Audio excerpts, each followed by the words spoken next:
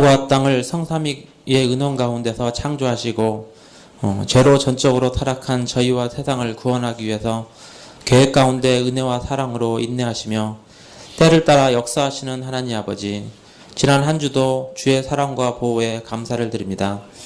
지난 한 주 동안 각자의 처소에서 사람들 가운데 지은 많은 죄들, 절제되지 못한 말과 행동으로 상처를 준 일들, 가까운 사람들을 좀 더 사랑으로 대하지 못했던 일들, 경건을 게으리 한 것들, 하나님의 영광을 드러내지 못하고 가린 일들, 이 시대의 선한 변화와 주변의 사람들을 위해 깊은 아픔으로 기도하지 못하는 것들에 대해서 이 시간에 회개를 드립니다. 주님, 회개를 받아주시옵소서. 비록 변화의 속도가 느리지만 차주에는 지난주보다 주 안에서 평안 가운데 안식하며 하나님 나라를 더욱 소망하는 한 주가 되기를 희망합니다. 하나님, 이 나라가 대내외적으로 큰 위기와 어려움 가운데 놓여 있습니다. 이 또한 역사의 주관자이신 하나님 아버지께서 이 나라와 민족에 대한 큰 계획을 가지고 있음을 기억합니다. 이스라엘 민족이 어려움을 처할 때마다 선지자를 통해 말씀을 드러내시어 백성들을 돌이켜 회개케 하셨는데, 이 시대 이 땅에서도 하나님의 말씀이 선포되어 믿는 자들이 주께 무릎 꿇고 회개 기도하는 성령의 역사가 일어나기를 소원합니다. 아담의 범죄와 타락으로 하나님께서 보시기에 아름답다라고 하셨던 자연이 오염되었듯이 이 시대의 타락과 오염이 믿는 자들의 하나님을 향한 경건을 잃어버린 데서 시작한 것이 아닌가라는 두려움이 앞섭니다. 세상을 향해 소금과 같아야 할 교회가 그 맛을 잃어버려서 시작한 것이 아닌가 두렵습니다. 주님, 이 시대에 믿는 자들을 붙들어 주시옵시고 회개케 하는 영을 부어 주시옵소서. 믿는 자들이 세상 가운데 바로 서고 주의 질서를 세상에서 외치는 삶을 살 수 있도록 주님 용기를 주시옵소서. 이제 곧 각 지역의 민의를 대변하는 인물을 뽑는 국가의 큰 행사가 있습니다. 이 선거를 통해서 하나님의 선하신 뜻이 드러나는 계기가 되기를 소원합니다. 탐욕의 인물이 아니라 이 나라의 어려움을 알고 낮은 자의 자세로 섬기는 마음을 가진 선하고 지혜로운 사람들이 선택될 수 있도록 기도드립니다. 주님, 이 시대는 새로운 기술의 문명이 넘쳐나고 있습니다. 하루가 다르게 과학산업 기술이 발전하고 있습니다. 인류가 많은 돈을 투자하여 연구하는 과학기술이 자본의 탐욕으로 흘러가지 않고 인류의 보편적인 도움을 주는 방향으로 전개되기를 기도드립니다. 과학기술의 발전이 오히려 발전으로 일자리가 사라지고 부의 쏠림이 심화되고 있습니다. 이 부분에 대해서도 하나님께 기도를 드릴 수밖에 없습니다. 하나님, 이 시대의 기술의 진보가 하나님의 선한 계획 안에서 벗어나지 않고 보편적으로 인류의 복지에 기여할 수 있도록 주님 지켜주시옵소서. 아버지 하나님, 세상의 타락 이후 이 땅에서 수고하고 땀을 흘려도 인생의 멍해가 버겁고 진정한 쉼이 없는 그런 삶이 되었습니다. 밤낮으로 수고하여도 인생이 녹록지 않습니다. 현재도 힘들지만 미래가 더 어두워 보입니다. 하나님, 이 고단한 인생에 온유하고 겸손한 주께서 그 인생에 함께 하시기를 기도드립니다. 토요일에 주변에 하나님의 복된 소식을 들고 전하는 성가교회의 아름다운 발들이 있습니다. 복음을 전하는 말 가운데 때에 맞추어 적절하게 지혜를 허락하시어 전하는 기쁜 소식들이 듣는 이의 마음 가운데 큰 울림을 주기를 기원합니다. 비록 전하는 그 말이 세상에 보기에는 지혜롭지 못하고 심지어 어리석게 보일지라도 그 미련하게 보이는 그 전도를 통해서 하나님의 우리를 향한 큰 구원의 계획이 이루어짐을 믿고 전하게 하시옵소서. 세상의 지혜와 지식만으로 보이지 않는 하나님을 만난 사람은 없습니다.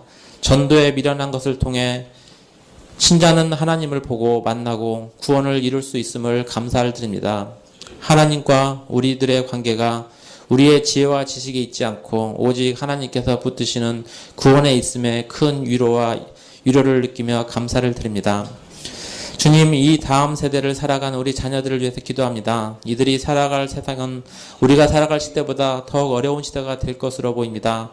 어지럽고 하나님의 뜻을 거부하는 세상에 살아갈 때 굳건한 경건신앙으로 하나님에게 연결되어 세상에 참된 하나님의 진리를 드러내는 삶을 살 수 있도록 지켜주시옵소서. 주의 뜻이 이 땅에 이루어지리라 라는 말씀이 이루어지는 통로가 될 수 있도록 주님 인도하여 주시옵소서. 여호와를 경외하는 것이 지혜의 근본이요 거룩하신 자를 아는 것이 명철이니라 라는 말씀을 기억하고 유초년 청소년 때 인생의 선한 목표를 가지고 공부하게 하시고 지혜를 허락하시어 이 세상을 개혁할 수 있는 그런 안목을 허락하여 주시옵소서. 주님, 오늘 예배 가운데 말씀을 깨닫게 허락하여 주시옵시고 듣는 말씀이 마음에 깊이 새기지어 삶이 선하게 변화될 수 있도록 소원합니다. 예수님의 이름으로 기도드립니다.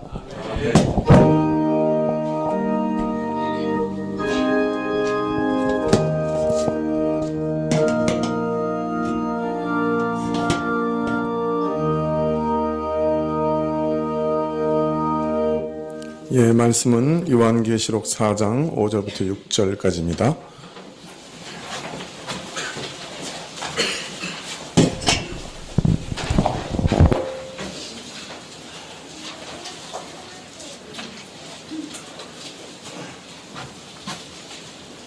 요한계시록 4장 5절부터 6절.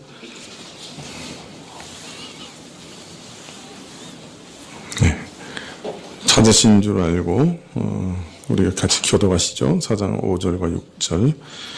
보좌로부터 번개와 음성과 내성이 나고 보좌 앞에 7 등불 켠 것이 있으니 이는 하나님의 7 영이라. 보좌 앞에 수정과 같은 유리바다가 있고 보좌 가운데와 보좌 주위에 4 생물이 있는데 앞뒤에 눈이 가득하더라.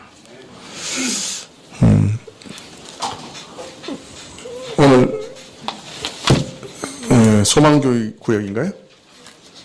예, 소망구역 맞나요? 예, 소망구역 특송을 하시겠습니다. 예. 나오시죠? 예.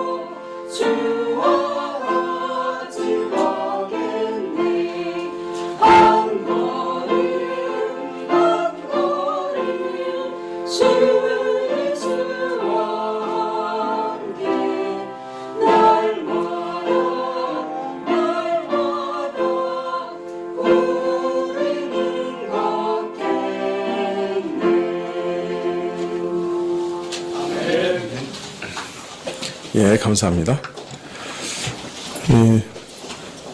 예, 오랜만에 다시 계시록을 강의하게 됐습니다. 여러분들 기억하실지 모르지만 우리는 지금 요한이 하늘에 올라가서 성령의 감동한 가운데 보게 되는 광경들 살펴보고 있습니다.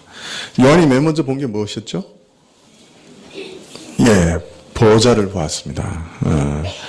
보좌라고 하는 것은 통치자가 앉는 의자이죠. 그 통치자가 앉는 의자에 앉으신 분을 보았더니 모양이 벽옥과 홍보석 같고 또 무지개가 있어 보좌에 둘렀는데 그 모양이 녹보석 같았다.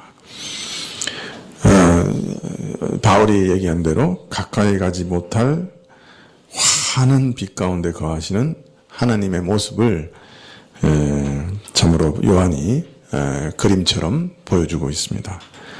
바로 그 하나님께서 보좌에 앉으셔서 이 땅을 통치하고 계신다 하는 것을 알리고 계시는 것이죠. 그러나 주의해야 될 것은 하나님이 거기만 계신 거 아니죠.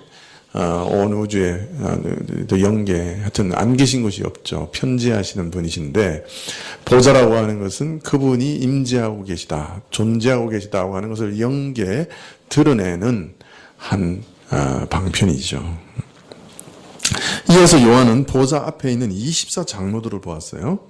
이들은 하나님의 보좌 둘레에 앉아 있었는데 그들도 보좌에 앉아 있었습니다. 같은 말이에요. 보좌에 쭉 앉아 있었습니다. 그리고 머리에 금 면류관을 쓰고 있습니다. 이들이 누구인가? 지난 시간에 이들이 어떤 특정한 인물을 가리키는 것이 아니고 하나님 앞에 존재하는 우주적인 교회, 신구약의 모든 교회를 이처럼 묘사한 것이다. 그렇게 말씀을 드렸습니다. 구약의 12지파로 대표되고 신약의 12사도로 대표되는 교회 공동체, 이긴 자들의 공동체를 상징적으로 이렇게 표현하고 있다.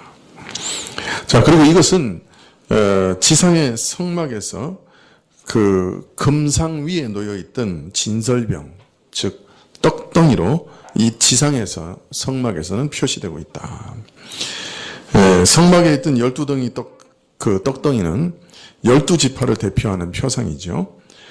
바로 하늘에서는 지금 이 24장로로 표시되고 있다. 그렇게 말씀을 드렸습니다. 무슨 말인지 이해가 되십니까? 그러니까 24장로로 의인화되어 있지만 이것은 이 온 우주상에 있는 교회를 대표하고 있다. 그렇게 표상하고 있다. 그렇게 말씀드릴 수가 있습니다. 그런데 24장로를 이렇게 이해할 때 한 가지 난관이 있습니다. 계시록 7장 11절을 한번 보시겠습니까?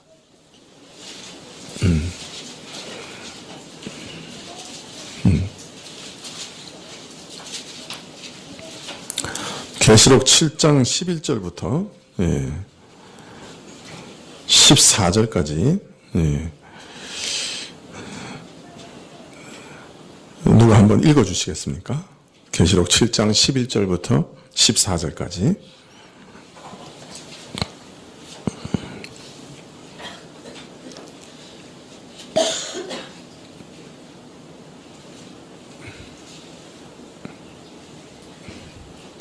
누가라고 말씀드리면 아무도 안 읽으시는가? 모든 천사가 보좌와 장로들과 내생물의 주위에 섰다가 보좌 앞에 엎드려 얼굴을 대고 하나님께 경배하여 가로되 아멘. 찬송과 영광과 지혜와 감사와 존귀와 능력과 힘이 우리 하나님께 세세토록 있을지로다. 아멘 하더라. 장로 중에 하나가 응답하여 내게 이르되 이 흰옷 입은 자들이 누구며 또 어디서 왔느냐. 내가 가로되 내 주여 당신이 알리시나니 그가 나더러 이르되 이는 큰 혼란에서 나오는 자들인데 어린 양의 피에 그 옷을 씻어 희게 하였느니라. 24장로들이 신구약의 모든 교회를 대표하는 표상이며 천상에 있는 교회 모습이라 이렇게 말씀을 드렸는데 계시록 7장 13절에 나오는 흰옷을 입은 자들은 나중에 설명드리겠지만 구원받은 모든 성도, 새 이스라엘의 큰 무리를 뜻합니다. 즉, 이 흰옷을 입은 자들도 천상의 교회라고 할 수 있죠. 자, 그러면 교회를 상징하는 24장로 중에 한 장로, 의인화된 것이지만 장로가 요한에게 말하되 지금 새 이스라엘의 많은 무리와 자신을 구별해서 이들이 누구며 또 어디서 왔느냐 묻고 있습니다. 또 7장 14절에 보면 자신의 질문에 스스로 답합니다. 이는 큰 환난에서 나오는 자들인데 어린 양의 피로 그 옷을 씻어 희게 한 자들이다. 이렇게 답합니다. 이 장로들이 의인화되어 장로 중 하나가 요한에게 말하기도 하고 많은 신자들의 무리와 구별되어서 신자들의 무리에 대해서 이야기하기도 합니다. 자, 그렇다면 이 24장로가 교회를 대표하는 표상이라고 말할 수 있겠는가? 무슨 말인지 이해가 되십니까? 이 24장로가 교회를 대표하는 표상이라고 하면 또 천상에서 교회를 표시하는 수많은 흰옷을 입은 무리와 이렇게 구별될 수 없잖아요. 그런데 지금 24장로 중에 한 장로는 그 흰옷을 입은 그 새 이스라엘, 그 모든 천상에 있는 교회와 구별돼 가지고 이 사람들이 누구냐 이렇게 묻고 있는 거예요. 그러니까 또 요한이 당신이 알지 않습니까? 그러니까 또 이 장로가 얘기하기를 이 사람들은 큰 환난을 지나온 자들이고 그리스도의 보혈로 희게 된 사람, 흰옷을 입은 성결하게 된 사람들이다. 이렇게 또 설명을 해요. 자, 그러니까 24장로가 교회 자체의 표상이라고 하면 그 흰옷을 입은 그 큰 무리도 교회의 표상인데 그 교회의 일원이 이 사람들은 누구야? 라고 얘기하고 있고 또 이 사람들은 누구다? 라고 설명도 하고 있단 말이에요. 이게 가능하냐 말이죠.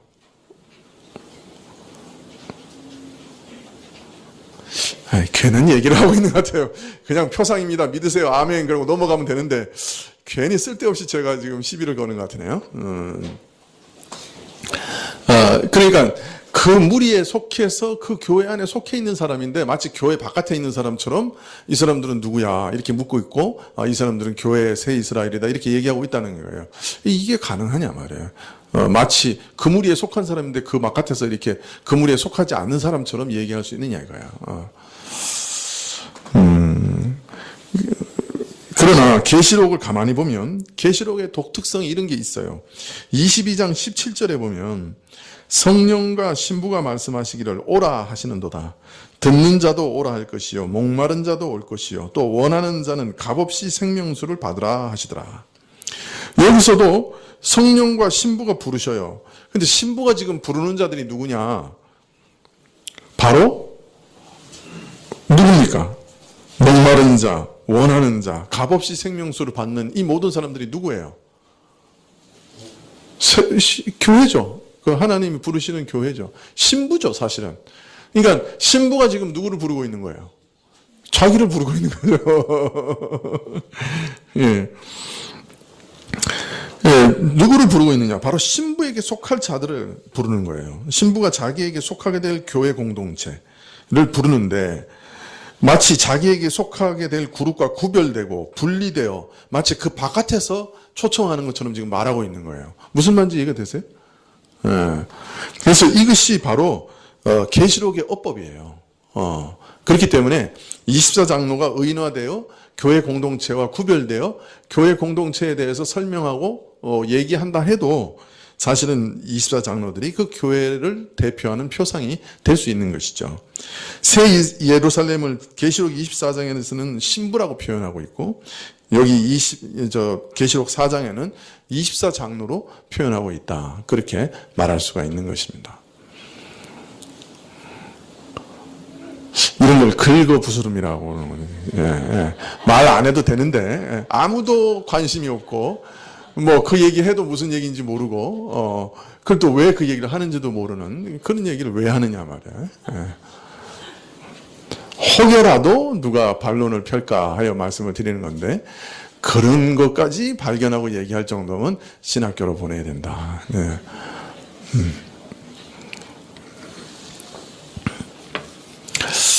자, 여러분 여기서 주의할 게 거듭 말씀드리지만 자, 24장로를 지상에서 성막에서 그러니까 우리는 지금 하늘 성소를 보고 있는 거 아니에요. 그죠? 어떤 면에서 하나님의 보좌를 보고 있고 하늘 성소를 보고 있는 건데 요한이 보는 것을 그런데 그것을 마치 지상에서도 그 지상 성소를 만들었잖아요. 하나님의 성소를 만드셨잖아요. 거기서는 떡 12덩이로 표시를 했단 말이에요. 그 교회 전체를. 이제 그리고 그것이 이제 하늘에서는 24장로로 표시되고 있는데 이걸 오해하면 안 되는 것이 하늘에 가면 그럼 24장로가 있냐 말이에요. 여러분, 이것도 상징이고 이것도 상징인지 아셔야 되는 거예요. 무슨 말인지 아시죠? 그러니까 24장로라고 하는 것도 교회의 상징이고, 그러니까 요한이 본 무엇을 이 땅에 있는 어떤 것으로 상징적으로 묘사하고 있는 거고, 그것을 또 이 땅 성소에서는 12덩어리 떡으로 상징적으로 묘사하고 있는 거예요. 무슨 말인지 이해되세요? 그러니까 이제, 이거 어떤 사람들이 이른단 말이에요. 내가 천국에 갔더니, 이거 이제 황금 면류관을 쓰고, 이런 사람들이 많아요. 그렇지 않아요? 그런 얘기 못 들었어요? 간증할 때? 네? 들었잖아요. 그 사람들이 그 다 어디서 인상을 받은 거예요? 그 요한의 이걸 보고 인상을 받은 거란 말이에요.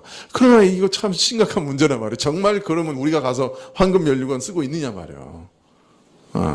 이게 다 상징이라고 하는 걸 이해하고 계셔야 된단 말이에요. 무슨 말인지 이해되시죠? 네. 네, 그래서 내가 뭐 꿈을 꿨는데 뭐 계시를 받았는데 내가 금면류관을 쓰고 뭐 어쩌고 저쩌고 이런 사람들 많잖아요.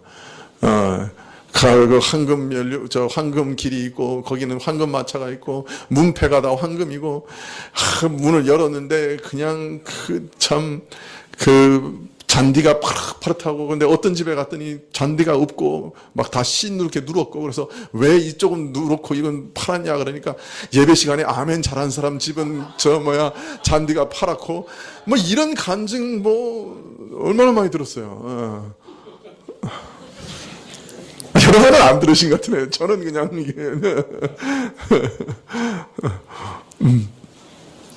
여러분 그렇게 생각하면 안 된단 말이에요. 천국에 무슨 황금길이 있고 다 상징이란 말이에요. 예, 상징. 예, 우리가 계시록 22장에 가면 뭐 황금길이 나오고 뭐 진주문이 나오고 그러지만은 그 진짜 그렇게 있는 게 아니고 그 하나의 상징이라 그래요. 예. 그러니까 지금 24장로라고 하는 것도 전체 교회의 영광을 상징적으로 보여주고 있는 거죠. 이 면류관이라고 하는 것도 이 고난을 이긴 사람들의 표시예요. 그래서 항상 천국에서의 그 교회는 이 지상에서 고난을 이기고 올라온 사람들이야. 이 지상교회에서 많은 고난을 이기고 올라온 사람들이라는 그 표시란 말이에요. 그러니까 승리자의 표시죠. 그리고 그것은 바로 우리가 3장 마지막에 라우디아 교회에서 약속하신 것의 또 실현이기도 해요. 라우디아 교회에서 뭐라 그랬어요? 이기는 자는 나와 함께 내 보좌에 앉아서 그죠? 세상을 다스리게 하신다는 그런 얘기가 나오잖아요. 라우디아 교회에. 그죠? 바로 그거예요. 그 일이 지금 실현돼서 그 천국의 그 교회의 모습, 영광을 우리가 보여주고 있는 거예요. 그런 모습으로. 그런데 천국에 올라가면 진짜 12장로가 그냥 보좌에 앉아가지고 황금면류관 쓰고 있다. 이렇게 생각하면 안 되죠. 그것도 보고 왔다고 또 간증하면서 내 머리도 뭐 금면류관을 썼더라. 이러면 뒤로 넘어가시는 거예요. 그때부터. 그거 아니란 말이죠. 주의하셔야 됩니다. 그러니까 세상에 좋은 것으로 요한이 본 것을 상징적으로 지금 알려주고 있는 것이고 또 지상에 있었던 성막도 사실은 그 성소에 있는 것들에 대한 상징이죠. 그걸 잘 이해하셔야 되는 것이죠. 자, 계시록 4장 5절에 보면 이어서 보좌로부터 번개와 음성과 뇌성이 났다. 그렇게 나옵니다. 그리고 보좌 앞에 7 등불 켠 것이 있다. 이는 하나님의 7 영이라. 보좌라고 하는 것은 하나님의 통치를 상징한다고 그랬죠. 근데 그 보좌로부터 나오는 게 뭐예요? 번개와 음성과 뇌성이 나왔어요. 여러분, 보좌에서 번개와 음성과 뇌성이 났다. 이거는 뭘 의미하는 것일까요? 여러분, 하나님이 그 보좌라고 하는 것은 영계에 있어서 임재처소라고 그랬죠. 그죠? 하나님이 임재에 계시는 거예요. 그 영계 하나님이 계시다고 하는 것을 드러내시는 임재의 모양인데 거기서 번개와 음성과 뇌성이 났다. 그건 뭘 의미하는 걸까요? 여러분, 하나님이 임재하실 때 막 번개와 음성과 뇌성이 나고 막 와와와 온 천지가 막 뒤흔들리고 이런 거 어디서 본 것 같지 않아요? 그렇죠. 시내산에서 본 거죠. 예, 여러분, 이 시내산에 보면 이제 하나님이 강림하시는데, 시내산에. 그것도 하나의 임재죠. 하나님이 살아계신 것을 사람들이 경험할 수 있도록 드러내신 거죠. 자신을 드러내신 거죠. 하나님은 온 천지에 안 계신 곳이 없어요. 계속 말씀드리지만 편재하신 분이란 말이에요. 영이시죠. 그런데 그것이 사람이 경험할 수 있도록 임재하신 거예요. 근데 지금 영계에서도 지금 임재하고 계신 거고, 오늘 시내산에는 이 땅에 임재하신 거죠. 그런데 그 임재하신 모양이 어땠어요? 출애굽기 19장 16절부터 19절에 보면 제3일에 아침에 우레와 번개와 빽빽한 구름이 산 위에 있고 나팔 소리가 심히 크니 진중의 모든 백성이 다 떨더라. 모세가 하나님을 맞으려고 백성을 거느리고 진에서 나오매 그들이 산 기슭에 섰더니 시내산에 연기가 자욱하니 여호와께서 불 가운데서 거기 강림하심이라. 그 연기가 옹기점 연기같이 떠오르고 온 산이 크게 진동하며 나팔 소리가 점점 커질 때 모세가 말하되 하나님이 음성으로 대답하시더라. 또 출애굽기 19장 21절에 보면 여호와께서 모세에게 이르시되 내려가서 백성을 신칙하라. 백성이 돌파하고 나 여호와께로 와서 보려고 하다가 많이 죽을까 하노라. 또 출애굽기 20장 18절부터 19절에 보면 묵백성이 우레와 번개와 나팔 소리와 산의 연기를 본지라. 그들이 볼 때 떨며 멀리 서서 모세에게 이르되 당신이 우리에게 말씀하소서 우리가 들으리이다. 하나님이 우리에게 말씀하시지 말게 하소서 우리가 죽을까 하나이다. 그러니까 여기서 번개, 우레, 음성 이것이 시내산에 강림하시는 현현하시는 현상이었죠. 네. 어떤 사람은 그렇게 나한테 하나님 좀 보여주시고 하나님이 직접 나한테 말씀하시면 좋겠다고 막 그렇게 소원하고 기도하는 사람도 있는데 여러분 그럼 죽어요 그 사람. 그 한 번 음성 듣고는 그 백성들이 다 뭐라 그랬어요? 다시는 듣고 싶지 않습니다. 모세에게 말씀하시고 우리한테 제발 말씀하지 마세요. 그랬단 말이에요. 예, 이것은 다른 말로 말하면 자기 백성 이스라엘을 통치하시는 왕으로 지금 이스라엘에 강림하시는 너는 나의 백성이 되고 나는 너희 하나님이 되리라. 그 자기 백성에게 임재하시는 그 왕이신 하나님의 영광을 드러내고 계십니다. 우레와 번개와 나팔 소리와 산의 연기가 가득하고 자오겠다. 또 사람이 들을 수 있는 음성으로 말씀하셨다. 이런 모양으로 자신의 영광을 그 권능을 이렇게 확 드러내신 거죠. 그러나 이것이 조금 전에도 말씀드렸지만 하나님 그 영광 자체가 아니에요. 이게 하나님 아니셔요. 예, 그냥 하나님이 이런 분이시다 하는 것을 어떻게든 조금이라도 이런 모양으로 나타내시는 것이죠. 자, 그런데 지금 보니까 보좌로부터 번개와 음성과 내성이 났다. 이 말씀은 시내산에서 강림했던 하나님의 영광을 기억나게 하는 것이죠. 예, 하나님의 통치가 이렇게 영광스럽고 이런 위엄과 권능이 가득하다 하는 것을 이렇게 보여주시는 그런 상징이죠. 사인이죠. 자, 그런데 이것은 이 하나님의 영광을 드러내는 일만으로 그치지 않습니다. 예, 왜냐하면 이것은 뒤에 계시록을 보면 계시록에 이런 현상이 계속 나타나요. 그런데 읽어보면 알겠지만 하나씩 첨가돼요. 그래서 여기서는 번개, 음성, 뇌성이지만 조금 있으면 번개, 음성, 뇌성 더하기 지진, 번개, 음성, 뇌성 더하기 우박, 그 다음에 번개, 음성, 뇌성 더하기 우박, 지진 이렇게 돼요. 점점 강화돼요. 이게 쭉 나옵니다. 그런데 그것이 나오는 데는 전부 어디에 대한 얘기가 나오냐면 땅에 대한 얘기가 나옵니다. 계시록 8장 5절에 보면 천사가 향로를 가지고 단 위에 불을 담아다가 땅에 쏟음에 내성과 음성과 번개와 지진이 났다. 그러니까 이건 뭐냐면 이 보좌에서 지금은 음성과 그죠? 번개와 내성이 나잖아요. 근데 그것이 계시록에 계속 나오는데 이 현상이, 근데 이 현상이 이제는 전부 땅에서 일어나는 거예요. 이게 뭘 의미하는 걸까요? 계시록 16장 17절에 보면 일곱째가 그 대접을 공기 가운데 쏟음에 큰 음성이 성전에서 보좌로부터 나서 가로되 되었다 하니 번개와 음성들과 내성이 있고 또 큰 지진이 있어 어찌 큰지 사람이 땅에 오므로 이같이 큰 지진이 없었더라. 그 다음 절에는 우박이 또 완전히 쏟아졌다. 이런 얘기가 쫙 나와요. 네. 네, 다른 말로 말하면 이 번개, 음성, 뇌성은 하나의 종말론적인 심판의 현상입니다. 네. 자, 그런데 이것이 4장에는 먼저 보좌로부터 나왔고 그 다음에는 이것이 땅에 쏟아집니다. 이 모든 것들이.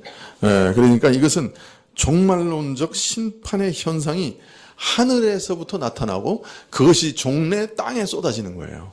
그 말은 뭘 의미하는 겁니까? 하나님께서 이전에 시내산에서 임재하셔서 땅을 흔드셨듯이 지금 이제 하나님이 종말론적으로 온 우주를 뒤흔드실 것을 말씀하시면서 하나님께서 이 종말론적인 심판을 하나님의 보좌에서 결정하신 거예요. 그래서 그 보좌에 그게 다 드러난 거예요.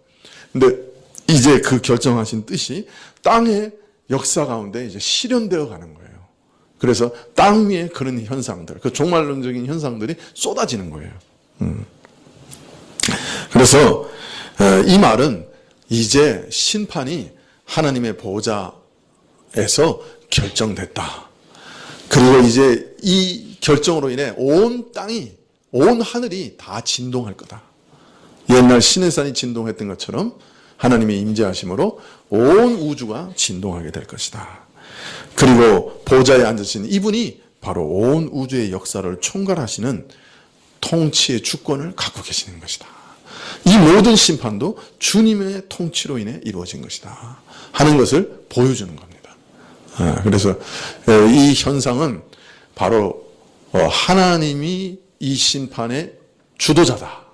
하나님께서 이 세상을 또 한 번 이처럼 흔드실 것이다. 그리고 이것들을 계획하신 분이 하나님이시다 하는 것을 그림처럼 확 보여주는 거예요. 의미 없는 말을 성경에 기록하지 않습니다. 그런데 그 의미를 일일이 상세하게 설명하고 있지 않지만 구약과 또 계시록 자체 내에서 쭉 살펴보면 이런 의미들이 쫙 드러나는 거예요. 믿으십니까? 네. 자, 번개와 음성과 내성이 하나님의 통치의 위엄과 그 주권을 증거하는 가운데 요한은 바로 그 보좌 앞에서 7 등불이 켜 있는 것을 봅니다.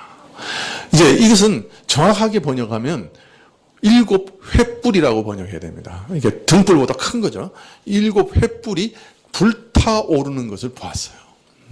이게 아주 그 말의 어감은 아주 이렇게 뭐랄까 역동적이에요. 그러니까 뭐 이렇게 등불이 그냥 켜져 있는 것이 아니라 횃불이 막 타오르는 거예요. 이제 7 횃불이 그냥 확 타오르고 있어요. 하나님의 그 보좌 앞에.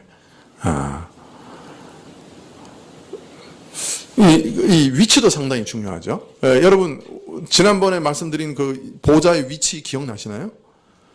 보좌가 있고 맨 안쪽 동시문에 누가 있다 그랬죠? 보좌가 있고 맨 안쪽 동시문에 누가 있다 그랬어요? 네?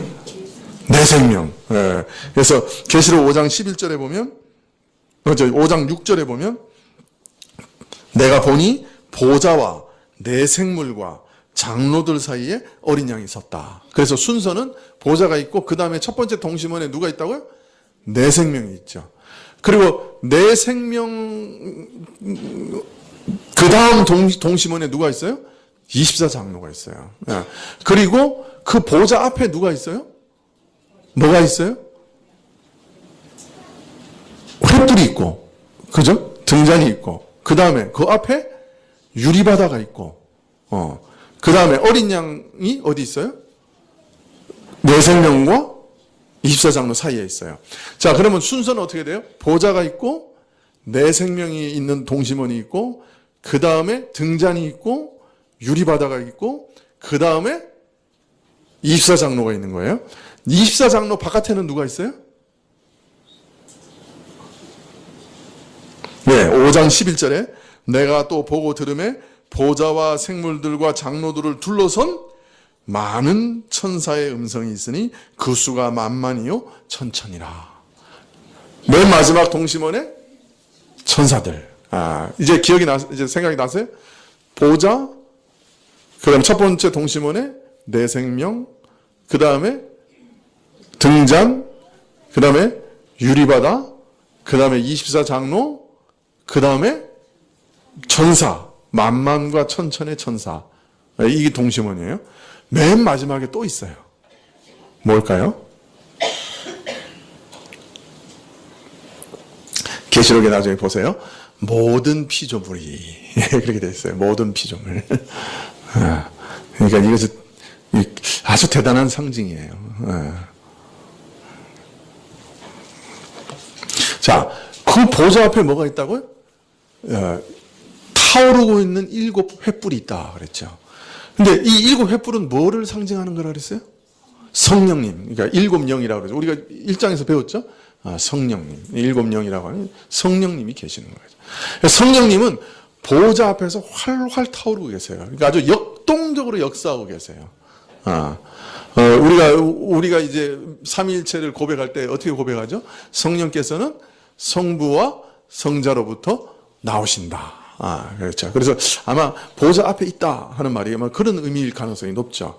이제, 그러니까 어린 양이신 예수님께서는 보좌에 가셔서 보좌 우편에 앉으신다 그랬죠. 원래 보좌 우편에 앉아 계시고, 성령께서는 보좌 앞에 계신다. 뭐 이건 위치적인 의미를 뭐 찾을 수 있을지 없을지 모르겠지만, 하여튼 이게 성부와 성자로부터 나오셔서 아주 역동적으로 역사하시는 거죠. 그런데 그 역사가 타오르는 불꽃 같다. 다른 말로 하면 환한 비치는 빛과 같다.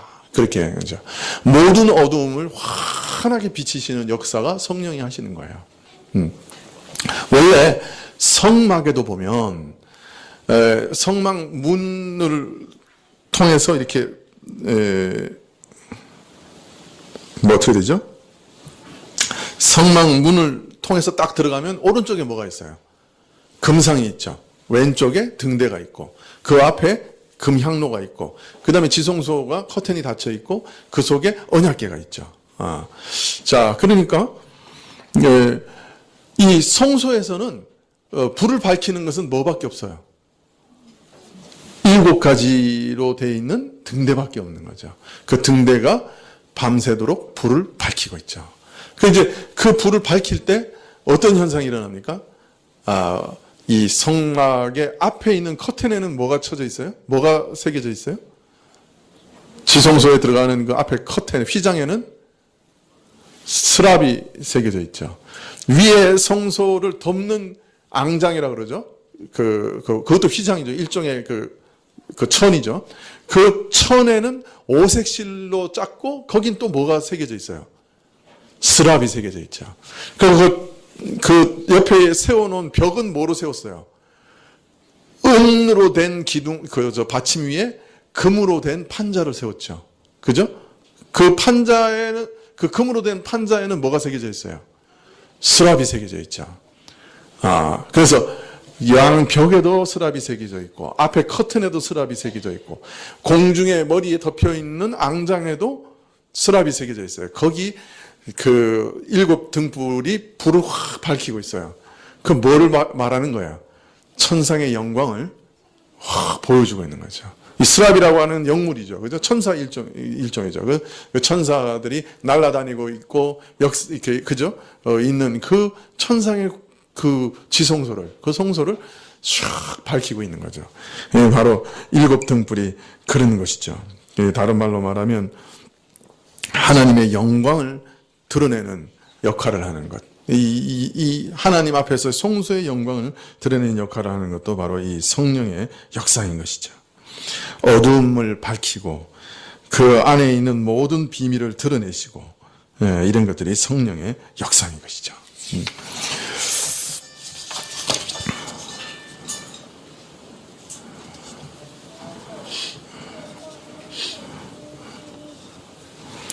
하나님의 성소의 영광, 하나님의 통치하심의 거룩한 영광을 그 보좌에서 일어나는 모든 통치의 거룩한 영광을 환하게 드러내는 것이 성령의 하시는 일이다. 그것을 시행하고 드러내고 보이시는 것이 성령의 능력이다. 우리 어두운 마음의 성소도 성령이 아니시면 밝아지지 않아요. 그죠? 성령이 우리를 환히 밝아주셔야 우리가 말씀도 깨닫고 하나님이 누구신지도 아는 것이죠. 자, 마지막으로 보좌 앞에, 오늘 여기까지만 합시다. 보좌 앞에 수정과 같은 유리바다가 있었다. 이제 그렇게 얘기합니다. 여러분, 여기서 바다라는 말이 무슨 말이죠? 바다. 유리바다가 있었다. 그런데 여기서 바다가 뭐예요? 네? 동해 바다? 서해 바다? 물결치는 바다. 그 바다예요? 영어로 sea. Under the sea. 네. 그런데 바다는 바다인데 무슨 바다? 네? 수정과 같은 유리바다, 크리스탈 바다 같은 그런 거예요. 이게 뭘 의미하는 걸까요? 왜 수정과 같은 유리바다가 있었다? 그걸 얘기하는 걸까요? 요한이 본 건 뭘까요? 이 정체가 뭘까요? 또 어떤 사람은 야 거기 크리스탈로 된 바다 있대. 거기 가서 하나만 깨우면 완전히 횡재다 횡재. 뭐 이런 사람이 있으면 좀 곤란하지 않아요? 예.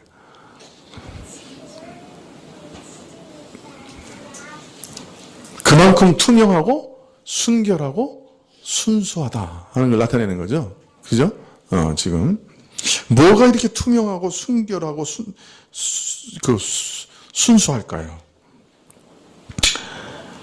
자, 우리가 지금까지 이 땅에 세운 성막이 하늘의 성소를 반영하고 있다. 모세가 하늘의 성소를 보고 그것을 설계도로 해서 만들어낸 것이 이 땅의 성소다. 이렇게 말씀드렸죠. 그래서 언약궤는 뭐를 상징하고 있는 거예요?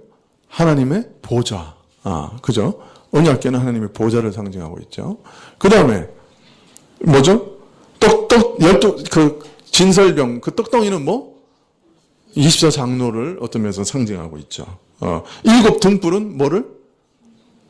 7 횃불. 그러니까 성령님을 상징하고 있죠. 정금등대. 예. 자, 성소는 천상의 성소를 어떤 면에서 본다고 있어요. 자, 그러면 지금 보좌 앞에 있는 수정과 같은 유리바다는 성소에 어떤 기구와 연관성이 있을까요? 예? 어이야. 내가 설교할 게 없잖아, 그러면. 물두멍이라고 누가 그러셨는데. 예, 사실 모세가 만든 성소에는 바다라고 하는 기물은 없어요. 그러나 솔로몬이 만든 성전 기구에는 바다라고 하는 말이 들어가는 기구가 있어요. 여러분 생각나세요? 네? 놋바다가 있어요. 놋바다. 기억나실지 모르겠어요. 역대상 18장 8절에 보면 또 하닷 에셀의 성읍 디브핫과 구운에서 심이 많은 놋을 취하였더니 솔로몬이 그것으로 놋바다와 기둥과 놋그릇을 만들었더라. 다윗이 어느 지역을 점령한 다음에 거기서 굉장히 많은 놋을 얻었어요. 엄청난 놋을 얻었는데 나중에 그것을 그 아들 솔로몬이 성전의 기구로 만들었단 말이에요. 그 기구 중에 하나가 놋바다예요. 놋으로 만든 바다예요. 왜 바다라고 그랬을까요? 놋바다가 엄청 크긴 커요. 왕상 7장 23절에 보면요. 예, 왕상 7장 23절에 보면 또 바다를 부어 만들었으니 그 직경이 10규빗이요 그 모양이 둥글며 그 고는 5규빗이요 주위는 30규빗 줄을 두를만 하며 그 가장자리 아래에는 돌아가면서 박이 있는데 박이 뭐냐면 호리병 같이 생긴 거예요. 이제 우리 박 이렇게 잘라서 이렇게 속 파먹는 거 있잖아요. 박 모양을 새겼다는 거예요. 박이 있는데 매 규빗에 10개씩 있어 바다 주위를 둘렀으니 그 박은 바다를 부어 만들 때 2줄로 부어 만들었으며 그 바다를 12소가 받쳤는데 셋은 북을 향하고 셋은 서를 향하고 셋은 남을 향하고 셋은 동을 향하였으며 바다를 그 위에 놓았고 소의 뒤는 다 안쪽으로 두었으며 바다의 두께는 한 손 뼘 넓이만 하고 그 간은 백향화의 식양으로 잔가와 같이 만들었으니 바다에는 2,000밭을 담겠더라. 여러분 상상이 가요? 이 청동으로 큰 그릇을 만들었어요. 예, 그런데 그 그릇에 방 모양의 식양을 아주 세밀하게 새겨가지고 두 줄로 이렇게 태를 담고, 여러분, 이 청동이 황금보다 더 빛나는 거 아세요? 우리가 보고 있는 청동기는 다 녹슬어서 초록색이고 이상하잖아요. 그러나 그거 잘 닦으면요, 황금보다 더 반짝입니다. 엄청 반짝입니다. 청동이. 예. 그 청동에 아주 그 방 모양을 두 줄로 새겨가지고 이렇게 동그랗게 만들고, 그 테두리에는 백합화의 문양을 쫙 세 놓았어요. 그런 큰 청동으로 만든 물통을 만든 거죠. 근데 그 녹그릇의 물통의 직경이 얼마냐? 5m. 직경이 5m. 둘레는 그러면 얼마일까요? 3.14 곱하면 15m. 여기 15m라고 나와요. 그러니까 직경이 5m, 둘레가 15m짜리. 녹그릇의 두께는 한 뼘이라고 되어 있는데, 그럼 보통 8cm예요. 요 뼘이니까 8cm. 그러니까 두께가 8cm가 되는 직경이 5m, 둘레가 15m, 깊이는 얼마? 2.5m. 엄청난 크기죠. 풀장이죠. 풀장이죠. 5m. 우리 직경 한 5m 되겠죠. 이렇게 하면. 이 두 줄 이렇게 다 합치면. 그 높이 이만한 그 노수로 만든 그릇을 만든 거예요. 근데 그걸 또 12마리 소에다가 얹었어. 그 세 마리씩 이렇게 하고 엉덩이는 안쪽으로 놓고 바깥에 머리를 해가지고 이렇게 얹은 거예요. 와, 대단하죠. 이게 언제 만든 거예요? 기원전 800년 전에. 상상인가요? 우리나라 고조선 시대 때. 우리는 그 청동으로 그냥 검 하나 만들고 막, 그죠? 그거 그냥 지금도 그냥 박물관에 그냥 검 몇 개 이렇게 진열하고 고조선 시대 때 만들었다고, 우리 이런 거 청동기 만들었다고 막 자랑하잖아요. 그런데 그 시대에 15m짜리 상상이 안 가요. 그걸 갖다가 거푸집에 넣어서 이렇게 그 청동기를 끓여서 넣었을 건데, 그걸 어떻게 만들었을까? 그 히람이라고 하는 사람이 만들었죠. 이 사람 대단한 사람인 것 같아요. 맞아, 히람 맞나요? 나와서 이름이 왔다 갔다 해가지고. 하여튼 대단한 사람이에요. 그죠? 그걸 한꺼번에 어떻게 그 많은 것을 녹여가지고 부었을까? 형틀에다가. 하여튼 신기해요. 기적이에요, 이것도. 자, 그래서 이렇게 큰 대야니까, 그래서 바다라고 그랬을까요? 2,000바트. 그러면 이거는 22,000리터. 1리터, 1밭이 22리터거든요. 근데 다른 기록에 보면 만 탱크로 채우면 그러니까 6,000바트. 만 탱크로 태우면 6,600리터가 들어갔다는 거예요. 그러니까 44,000리터는 평소에 그냥 항상 채워 놓는 거고, 이걸 아구까지 채우면 얼마? 6,600리터가 들어가는 그런 대단한 물통이었어요. 6.6톤을 물을 담았다는 거예요.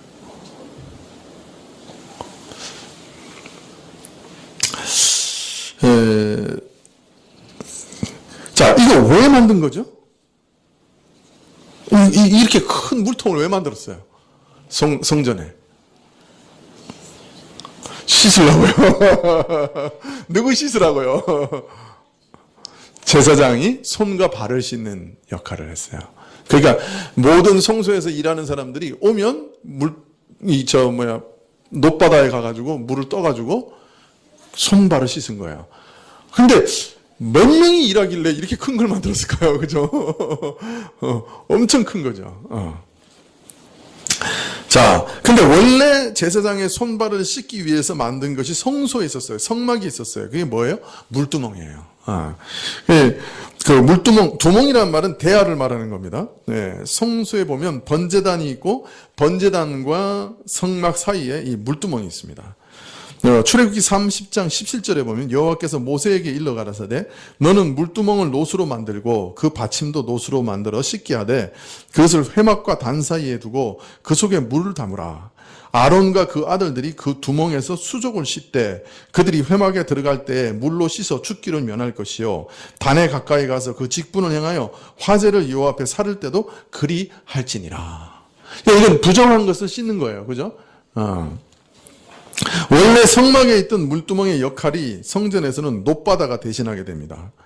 그래서 역대하 4장 6절에 보면 또 물두멍 열을 만들어 다섯은 우편에 두고 다섯은 좌편에 두어 씻게 하되 번제에 속한 물건을 거기서 씻게 하였으며 그 바다는 제사장들의 씻기를 위한 것이다. 원래 제사장이 씻기 위한 것이 물두멍이었어요. 그죠? 그런데 그거를 성전에는 10개나 만들었어요. 그래서 좌우로 5개씩 배치하고 그 대신 그 물두멍이 하던 역할은 뭐가 맡았어요? 놋바다가 맡고 물두멍은 뭐로 이제 썼어요? 성전의 기구를 씻는 데 썼어요. 네. 아마 옛날에는 물두멍에 2개를 다 같이 한 것 같아요. 그러니까 제사장도 씻고 성전의 기구도 씻고 했는데 그걸 분리시킨 거죠. 그래서 물두멍에는 이제 성전의 기구만 씻고 그것도 원래 있던 것보다 엄청 크게 만들었어요. 900리터인가 뭐 그렇게 들어가는 큰 걸 만든 거죠. 그 다음에 가운데 이제 큰 놋 바다를 만든 것이죠. 그러면 이 바다라고 하는 것은 왜 이름을 바다라고 했을까요? 크기 때문에 5m짜리니까 지름 5m짜리이기 때문에 이것이 만일 하늘에 있는 유리 바다를 상징하는 것이라고 하면 그죠? 그러면 이 유리 바다는 뭘 위해서 쓰이는 걸 말하는 걸까요? 이 놋바다가 원래 뭘 하는 거라고요? 제사장들을 씻어 정결케 하는 물을 담아놓은 거란 말이에요. 그럼 유리바다는 뭐를 위해서 있는 거예요? 왕 같은 제사장들의 수족을 씻기 위해서 있는 거 아닐까요? 다른 말로 말하면 우리 죄인들을 씻기는 정결케 하시는 하나님의 능력을 상징하는 거 아닐까요? 어때요? 이해가 되세요? 네. 근데 그걸 바다라고 표현하고 있어요. 그의 우리를 정결케 하시는 하나님의 은혜가 바다 같아요.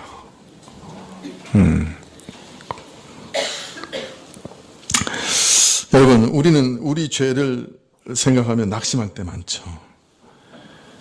네, 우리 죄로 인해서 참 나 같은 죄인도 하나님께서 계속 용서하실까? 어찌 이렇게 똑같은 죄를 계속 짓고 또 더럽히는가? 내가 죄 지었는데 마치 죄 지은 적이 없는 것처럼 나를 깨끗하게 해주실 수 있을까? 어찌 이렇게 반복할까? 어찌 죄가 이렇게 끈질길까? 어찌 죄가 이렇게 많을까? 내 죄성은 어찌 이렇게 깊고 무서울까? 다른 사람은 다 용서하셔도 나 같은 죄인을 용서하실까? 우리는 자문할 때가 있죠. 그때 여러분 하늘을 올려다보세요. 우리 죄를 정결케 하시는 은혜의 바다가 하나님의 보좌 앞에 있습니다. 죄를 씻어주시는 은혜의 바다가 하나님 보좌 앞에 있어요. 그리스도의 정결케 하시는 능력과 은혜는 바다같이 깊고 크리스탈처럼 투명하고 순결합니다. 그 은혜가 우리를 씻습니다. 이 바다의 은혜가, 이 바닷물이 다를 것을 염려할 필요가 없습니다.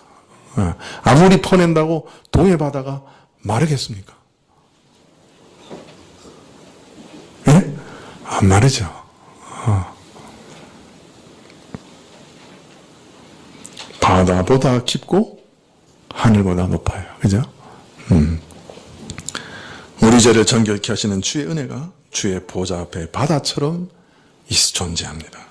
얼마나 놀랍습니까? 얼마나 우리를 안심하게 합니까? 은혜, 우리를 씻는 물은 그 부족할까 염려할 필요가 없어요. 은혜의 바다란 말이에요. 바다란 말이에요. 이것도 씻겨주실까? 이렇게 또 범죄하는데 또 씻겨주실까? 근데 하나님이 그러시는 거예요.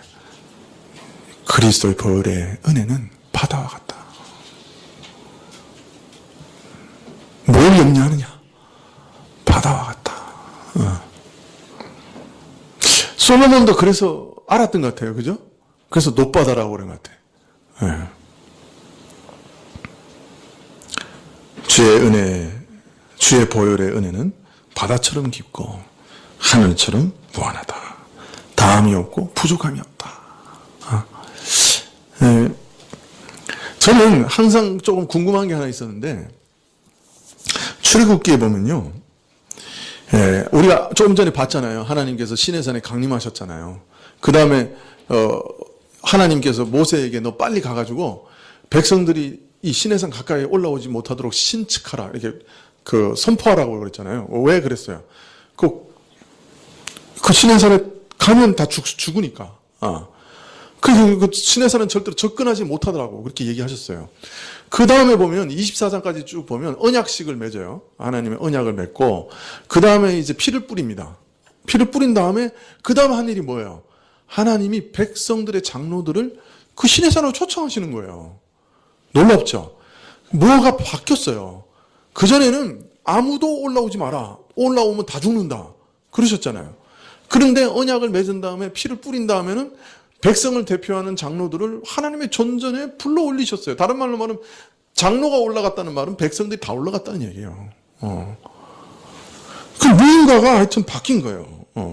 그거는 그 언약식을 통해서, 그 피 뿌림을 통해서 그 백성이 정결하게 되고 하나님이 저들을 자신의 존전에까지 불러 올릴 수 있는 사람들이 된 거예요. 참 하나님의 은혜로운 변화를 보여주신 거죠. 그런데 장로 70인이 시내산에 올라가서 하나님을 배울 때 딱 한 가지 얘기예요. 출애굽기 24장 9절에 보면 모세와 아론과 나답과 아비후와 7 이스라엘 장로 70인이 올라가서, 그러니까 모세와 아론의 자손인 나답과 아비후, 그 다음에 이스라엘 장로 70, 그러니까 74명 올라간 거예요. 올라가서 출애굽기 24장 10절에 보면 이스라엘 하나님을 보니 그 발 아래는 청옥을 편 듯하고 하늘같이 청명하더라. 하나님을 봤으면 뭐 그것에 대한 뭐 얘기가 많았을 거 아니에요. 그죠? 굉장히 많은 얘기를 할 수 있는데 딱 한 가지만 얘기해요.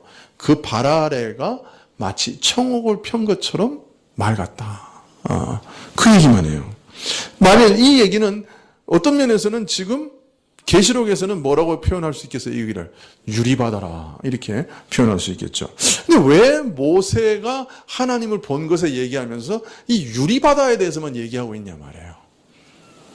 그것은 어떤 면에서 지금 74명의 이스라엘의 장로들이 하나님의 존전에 올라가서 먹고 마시는 것, 즉 하나님과 깊은 교제를 나눌 수 있게 된 근본적인 동인이 어디서 있다는 거예요.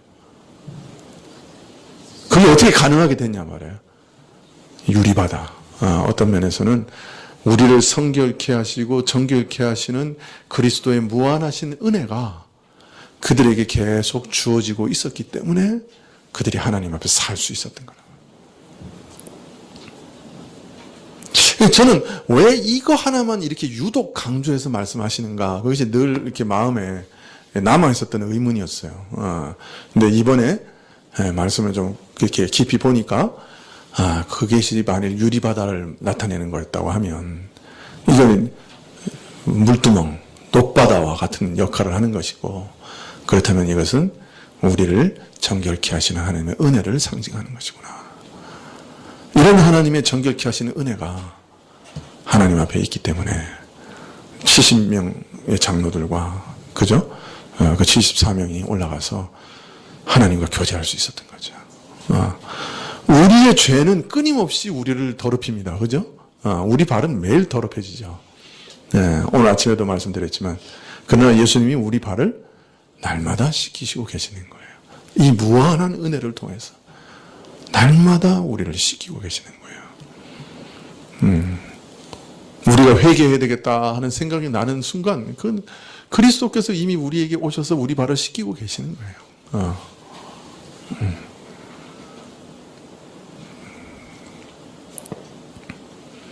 하나님의 보좌에서 이제 온 땅을 다 흔드십니다. 이 역사를 흔드실 겁니다.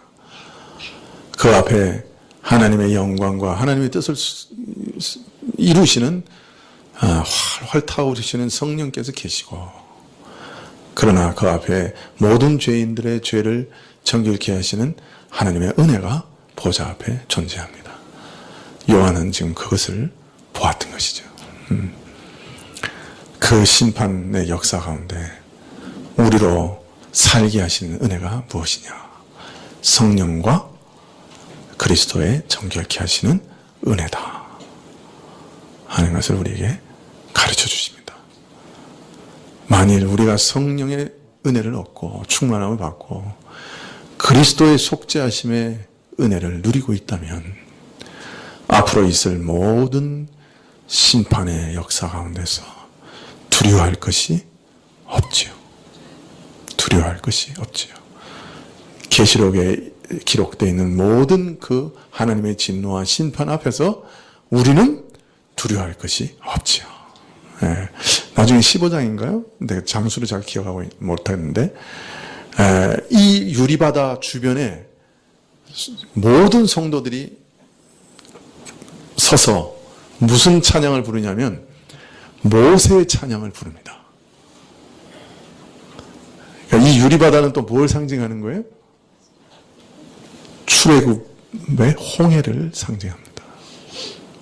홍해는 고린도서에 보면 세례를 상징합니다. 그러니까 이 유리바다는 세례를 상징합니다. 우리를 정결케 하시는. 그래서 홍해를 건너왔던 이스라엘 백성들이 구원의 노래를 출애굽기 15장에서 찬양하듯이 이스라엘의 구원받은 모든 백성이 유리바다 언저리에서 모세의 노래, 즉 구원의 노래를 부릅니다. 이것이 천국의 모습입니다. 놀랍죠? 네, 성경은 이게 쫙 연결되는 것 같아요. 그건 이제 그때 가서 다시 설명을 드리겠고요. 어떻게 그림처럼 보여지세요? 이 하늘의 영광이 이 말씀을 통해서, 우리가 믿는 하나님, 이런 영광의 하나님이시고 온 우주를 다스리시는 분이시고 심판하시고 또 우리를 정결케 하시고 구원하시는 하나님이십니다. 영광의 하나님께 영원히 영광을 돌리십시다. 기도하시겠습니다.